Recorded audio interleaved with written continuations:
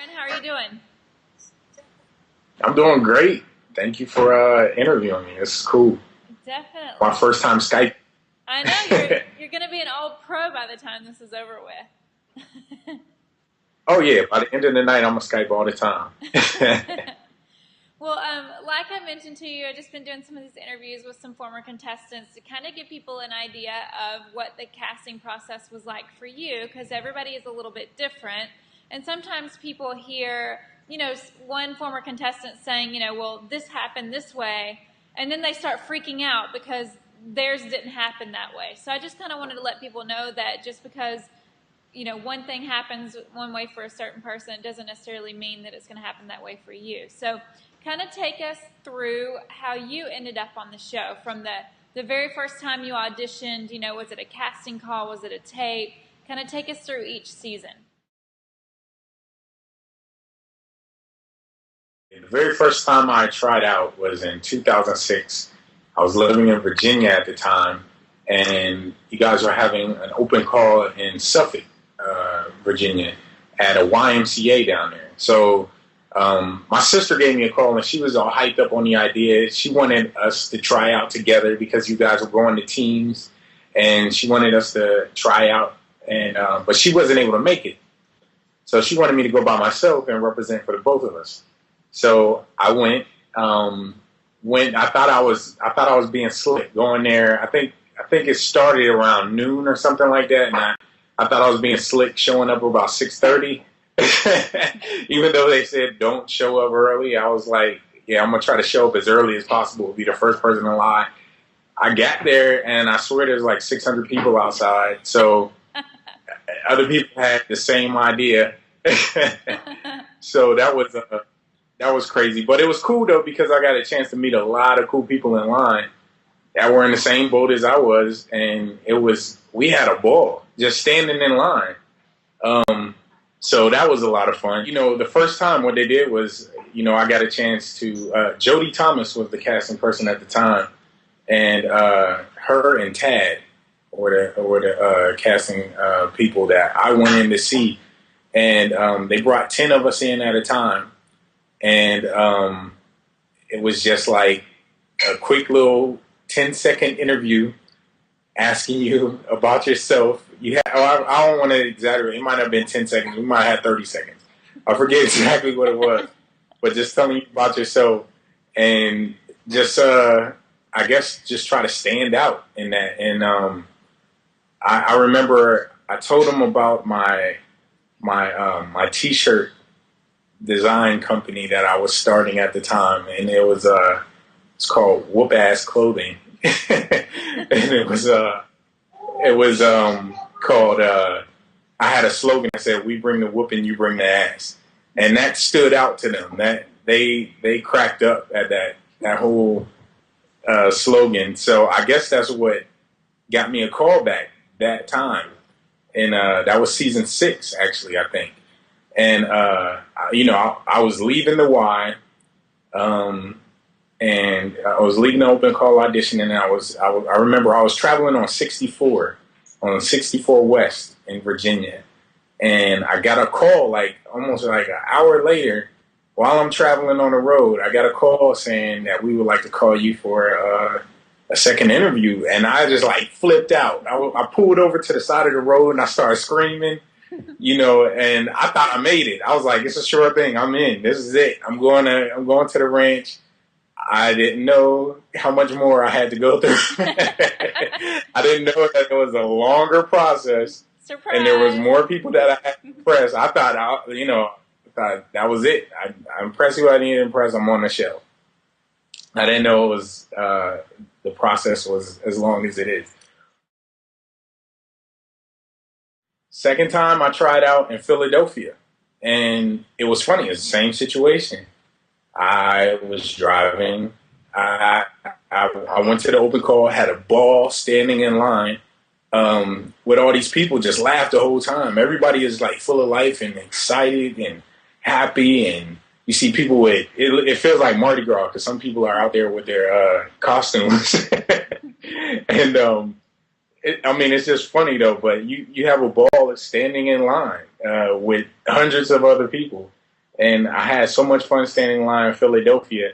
And it was the same situation. I had a few seconds. I forget exactly who it was. It was Jax, I think. Yeah, Jax, and I forget her casting person at the time that was with her. But I remember going to see Jax, and it was the same situation. I had a few seconds to introduce myself, and then it was, that was it. And but I had a good time in the interview, and it's the same situation. Going down the road, going back home, I got a call saying, "Could you come back for a hotel interview at the hotel?" And I was excited. I pulled over again, even though I've been through this. I pulled over and started screaming all over again. So I was like, I'm sure I made it this time. And but the funny thing was, myself and my sister, because she had tried out with me then, we both had to work the next day. So we were trying to make the decision. We're like, all right, we calling off from work. We didn't have a hotel, anything in Philadelphia. We actually, don't ask me why we did it this way, but we actually went home and drove back to Philadelphia for for the second interview. Wow. So, yeah, that was crazy, but it was still fun. It was a fun experience. And the last time, I actually wasn't even going to try out the last time. I tell this story all the time. I was like, man, I've been through it so many times, and I was like, I always got a call back, but I didn't make it. I never made it on the show, so I was like, I don't think I want to go through it. I was like, there's no way they're going to pick me. I can't do it. So I wasn't going to do it. And my sister kept calling me again. It was like, come on, we got to do it. I'm like, nah. And I woke up in the middle of the night gasping for air. And I never did that before. It scared me to death. And I always tell people it was like God was giving me a wake-up call, like literally a wake-up call. And when I woke up, I said, all right, I'm going to do two things. I'm going to set up a doctor's appointment, and I'm going to go to this audition because I need my butt to be on The Biggest Loser. So that's what I decided to do. So spur of the moment, we decided to drive all the way to Detroit. And we rented a car and went all the way to Detroit and try it out. And thank God I did, because it saved my life. So that time, got a call back, and it just went further that time. So it was awesome.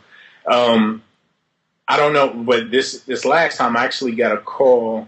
The last time I tried out, I got a call from Allison.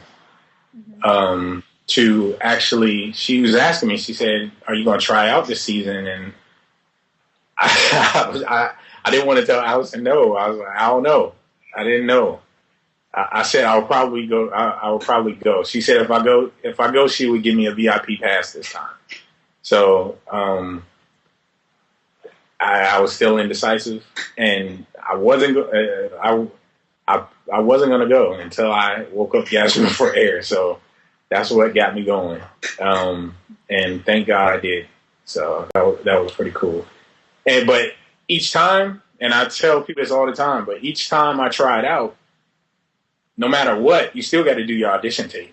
Like every single time, I had to do the audition tape, and I had to do it right. It wasn't the first time. I remember making all these mistakes where I was trying to do all this editing. I wanted it to look professional, and I was trying to get too creative and overthinking it, when all you guys said was just film your life. That's it. And be in the camera at all times. I was trying to get people to testify. I wanted to get testimonials. I was trying to do everything you guys didn't want. I remember that the first time. And then, I got a call that was like, can you do the video again? So I did the video over again. Well, mainly they said was because it was supposed to be for me and my sister, and they wanted us together in the video. But since I was in Virginia and she was in Ohio, we were recording them separately. So they said, can you record it together? And then they gave me the suggestions on what they wanted. So thank God that ended up happening, because I think the tape that I sent in was just way overdone. It wasn't what you guys wanted anyway. So thank God that was the case.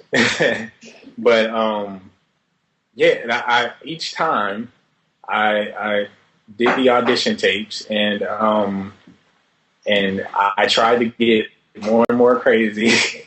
As you see on my site, I went as far as having the nipple twirlies, the edible nipple twirlies,